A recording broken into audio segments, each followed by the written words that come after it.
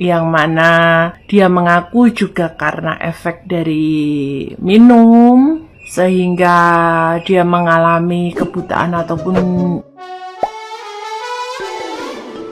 Hola netizen yang tercinta, Kurnia Mega menolak datang ke podcast Denny Sumargo setelah aibnya dibongkar mantan istri Azira Azka Fathir. Awalnya Denny Sumargo berniat mencoba mengundangnya untuk memberikan klarifikasi. Hal itu ia lakukan karena dirinya tidak ada niat jahat ke Kurnia Mega, sebab dia merasa bersalah setelah aib mantan kiper timnas Indonesia tersebut tersebar gegara curhatan sang mantan istri. Denny Sumargo mengaku sudah menghubungi Kurnia Mega setelah Azira Azka Fathir muncul di podcastnya. Azira Azka Fathir adalah mantan istri Kurnia Mega yang telah resmi bercerai di tahun 2023 setelah 9 tahun menikah. Denny Sumargo lebih lanjut mengungkapkan respon Kurnia Mega setelah dihubungi dan diberi kesempatan berbicara tentang ucapan Azira. Mendapat respon seperti itu, Denny Sumargo tidak mau memaksa Kurnia Mega hadir dan memberikan tanggapan atas pernyataan Azira di podcastnya.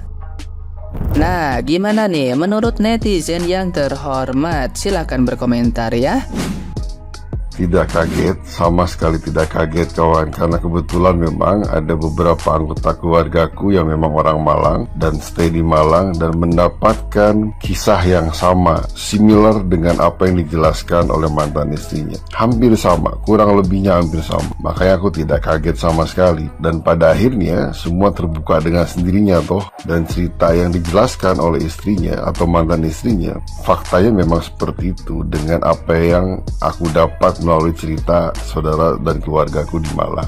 Terkait adanya gangguan di mata yang dialami oleh mantan suaminya, aku hanya akan berkomentar sedikit. Biasanya memang salah satu penyebab yang menyebabkan gangguan di mata yang dialami oleh mantan suaminya biasanya memang dikarenakan faktor mengkonsumsi minuman beralkohol, terutama oplosan. Biasanya seperti itu kawan, karena kejadian hal demikian itu tidak 1-2 kali aku lihat gitu, dan cukup sering aku melihat kawan-kawan yang mengalami hal tersebut yang dikarenakan yang mengkonsumsi minuman beralkohol, terutama yang oplosan kawan. Jadi kalau ada cerita atau simpang siur disantet dan lain sebagainya, itu terlalu jauh kawan. Bukan tidak mungkin, cuma rasa terlalu jauh. Namun secara faktor sebab akibat dan medis dan lain sebagainya, biasanya umumnya dikarenakan faktor mengkonsumsi minuman beralkohol, terutama oplosan. Lalu persoalan KDRT ataupun perselingkuhan, Anda mau cari apa sebenarnya? Karena tidak mungkin Anda mendapatkan wanita sempurna, karena Anda pun bukan laki-laki sempurna. Di saat Anda memiliki rumah tangga, memiliki istri, seharusnya dijaga dengan baik, bukan disia-siakan. Mungkin pada saat itu Anda memiliki finansial yang baik, tapi Anda lupa roda itu berputar.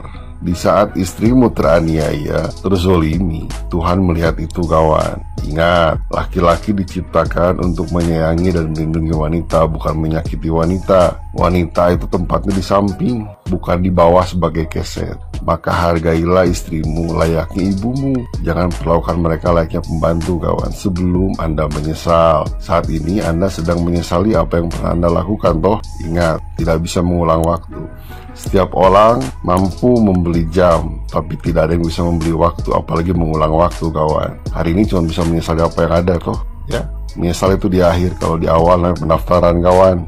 Hal ini menjadi pelajaran berharga buat kita semua kawan, termasuk aku pribadi.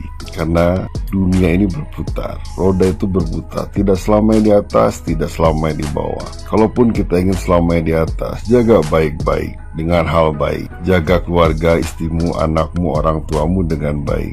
Jangan Anda dikontrol dengan materi dan finansial yang Anda miliki. Karena ingatlah, di saat Anda dikontrol oleh finansial dan materi yang Anda miliki, yang ada adalah penyesalan. Karena seharusnya materi dan finansial yang Anda miliki seharusnya mampu membuat hal kebaikan menjadi baik, bukan menjadi sebuah kesia-siaan. Jangan sakiti istrimu, jangan sakiti ibumu, jangan sakiti anak-anakmu dengan perilaku yang tidak terpuji. Karena ingat, penyesalan itu selalu di akhir, tidak di awal. Kalau di awal namanya pendaftaran kawan.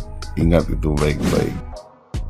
Habis nonton podcastnya Densu sama mantan istri Kurnia Ega, kita bisa belajar bahwa sesabar-sabarnya kita sebagai istri, ada titik dimana kesabaran itu pecah manakala suami kita KDRT, mabuk dan juga selingkuh. Nggak bakalan sembuh. Dan apa yang terjadi sama Ega sekarang, gue kira mungkin itu jawaban dari mantan istri dan juga anak-anaknya untuk dia segera bertobat selama dikasih kesempatan ataupun usia. Dan itu merupakan teguran dari Tuhan kalau menurut saya loh ya. Karena apa? Jarang ada perempuan, ada istri yang sabar luar biasa menghadapi suami yang sudah KDRT, sudah selingkuh, mabuk lagi. Yang jadi pertanyaan saya, dan diakui sama Ega sendiri yang bersangkutan, mohon maaf nih ya, kenapa Ega sebagai atlet sepak bola yang kental dengan dunia badan yang fit, sehat, segar, bugar, tapi malah minum alias mabuk? Latihan fisik pasti dong, gak mungkin enggak. Terus latihan lari juga pasti iya. Tapi gak tahu kenapa ya, karena ya mungkin didorong sama temen bisa juga, didorong sama pribadi masing-masing bisa juga. Ya akhirnya memberikan kebebasan pada Ega sendiri untuk terjun ke dunia di mana ada perselingkuhan, ada juga dunia mabuk. Padahal atlet itu harus dijaga kondisi badannya. Dan di salah satu podcastnya si Kurnia Mega ini dengan Deddy Corbuzier tentang sakitnya, yang mana dia mengaku juga karena efek dari minum sehingga dia mengalami kebutaan ataupun istilahnya glukoma atau apa ya, saya kurang tahu daripada saya salah. Itu menunjukkan bahwa lifestyle yang salah ya berakibat pada diri sendiri yang fatal. Contohnya ya Kurnia Ega ini, dia mabuk, akhirnya imbasnya ke kesehatan diri sendiri. Itu aja baru nyun sewu ya, mata, belum yang lainnya. Karena metabolisme tubuh kan tergantung sama ginjal juga. Kalau ginjalnya kurang baik ya nanti akan berefek ke ginjal juga kalau menurut saya. Salah satu pernyataan ataupun statement dari Kurnia Ega di podcastnya Melanie Ricardo yang menyatakan bahwa perceraian dengan istrinya sudah diterima dengan ikhlas. Bahkan dia masih diberi kesempatan untuk bertemu dengan anak-anaknya. Dan juga sakitnya Ega ini itu bukan karena perceraian mereka, tapi memang pure. Kalau menurut saya sih, banyak yang bilang juga itu juga karena ya itu tadi efek dari minuman keras. Jadi hati-hati ya buat kalian semua nih, mau cewek, mau cowok, mau muda, mau tua, mau anak-anak, mau dewasa, stop ya. Nggak ada untungnya mengkonsumsi miras ataupun suka mabuk, suka minum.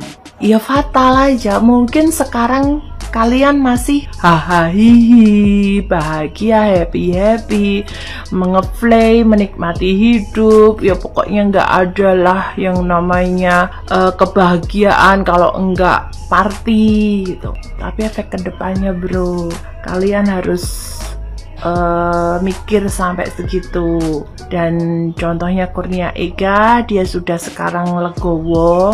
Dan mungkin juga untuk istrinya, gue salut bisa menyimpan rapat bagaimana sakitnya diselingkuhi, bagaimana sakitnya di KDRT, bahkan sampai dia bilang ikhlas kalaupun harus mati di tangan suami. Salut, gue luar biasa. Belum ada ataupun belum tentu bisa seorang perempuan, seorang istri berkata seperti itu. Jadi buat Kurnia Ega, istri lo bukan istri, bidadari dia. Mudah-mudahan lo gak nyesel. Karena gue gak mau ngejas ya satu sama lain antara mantan istri dengan Kurnia Ega. Cuman gue lihat sebagai perempuan, karena dia punya bukti perselingkuhan lo. Dan mudah-mudahan lo tobat.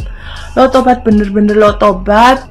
Lo tinggalin itu dunia perselingkuhan. Karena yang membuat kita kere dan membuat kita nyungsep, keblangsak itu perselingkuhan.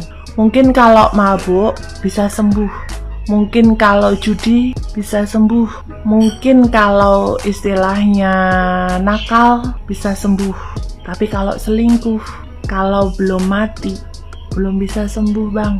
Itu aja. Gue sebagai perempuan gak ngebela mantan istri lo, tapi gue bisa merasakan.